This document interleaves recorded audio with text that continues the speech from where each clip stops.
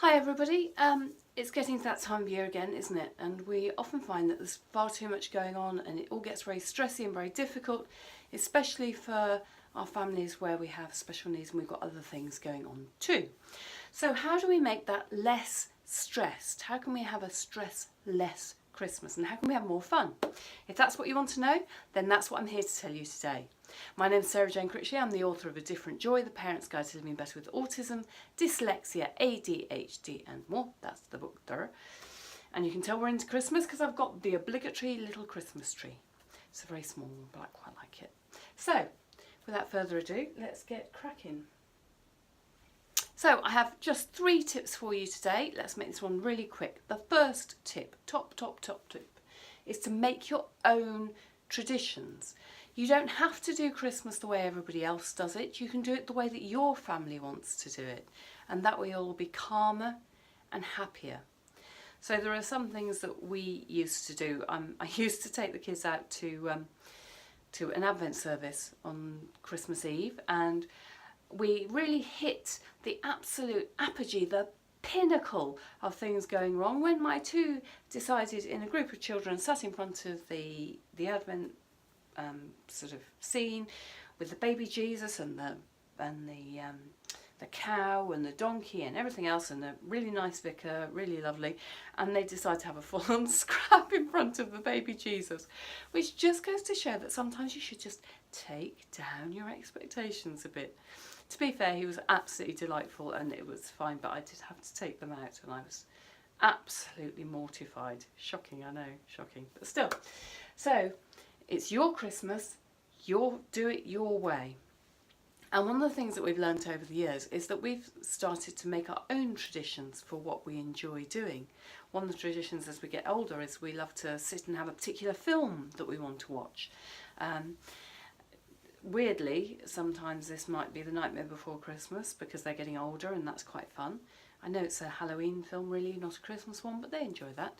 Or our real favourite is to watch The Slipper and the Rose, which is a musical with a really old musical. It's basically based on Cinderella, and we just sit there with mulled wine and just fruit juice for the kids when they were younger, but mulled wine now they're of an age where that's okay, and just wrap presents. And it's just so nice with a roaring fire in the grate, and that for us is one of our traditions. But you can have your own. You know, you may some people have said they like to get on a double-decker bus and take their families to see all the lights around the town so they don't have to get stuck in traffic. We actually take the car and we drive around the bits of the town that have the most amazing light shows, and we'll do that after dark, and that's lovely. You know, we get to enjoy those, so that's quite fun.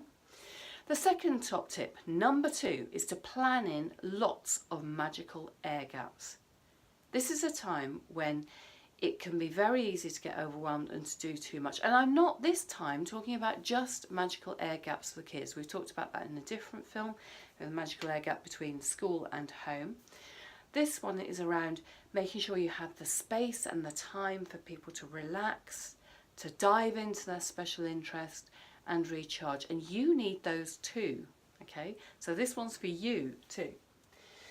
And the third thing, I hope that does say, is to negotiate family events. So to do them in a way that you are more likely to set yourself up for success. Now that doesn't mean that you're never going to find yourself in a place where it's going to be tricky to do that, or that other people won't have an expectation of you, but I've got a little couple of hints that might help with that. So those are the top 3 things. First thing, maximise your happiness by managing the demand. So this is around your magical air gaps. This is just a calendar that we have, and you'll see that there's not actually an awful lot on it. It's comparatively free. We used to do a grand tour. We went around everybody in the family at a certain time, and in later years I've either not done it at all, which is actually quite relieving. Members of the family are actually in different countries now for Christmas, so that takes that demand out. Or alternatively, I'll go at a different time to see them, or I'll go on my own. And that's actually quite nice. So that's one way of doing it. And one thing, we've got the last day of term planned here, and the day after the last day of the term in our house is always a pyjama day. So that means no one has to get dressed. People can stay in bed, they can watch films, they can watch videos, they can play computer games. They just get a day to do nothing and to recover from everything that's been building up. So that's really nice. And we've got relatives coming for Christmas dinner to us, because that's one of the things that I find far more relaxing. I love being in control. That way I can control how our family is and what we do and what we eat and make it work for everybody. That's really nice. But you can't always do that. Another thing for me is a day out with a friend of mine. So just to get out all together, because it can be difficult to manage all of those demands. Get out and have time for yourself. And I've got a couple of things where I'm sailing, because that's one of my special interests, something I love to do. Another one, really good top tip here from Gina Davis. I'll put the links down below. She suggests going through and putting your Christmas activities into 4 different categories. Things that are achievable, things that are desirable, things that might be high risk, and things that are absolutely impossible. For heaven's sake, don't do the impossible things.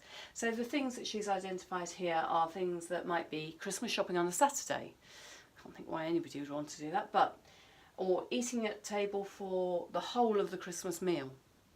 Those may be impossible. And you can do more of the achievable, more of the desirable, and do less of the others. And when you go through, what I would do in addition to this is I would go through what makes Christmas special for all of us, and take a piece of paper and put ticks against the activities that you think make Christmas in a different colour for each person, and then start to plan those into your schedule so that you actually get things you love to do. I've also got for you a special treat. I've written a letter here that explains a bit about autism, and explains why it can be difficult, and explains things that we may or may not want to do. And it's around agreeing with your family in advance. If you have to go to someone else's house for Christmas, how do you do it in a way that leaves you not wrecked and everyone not distressed?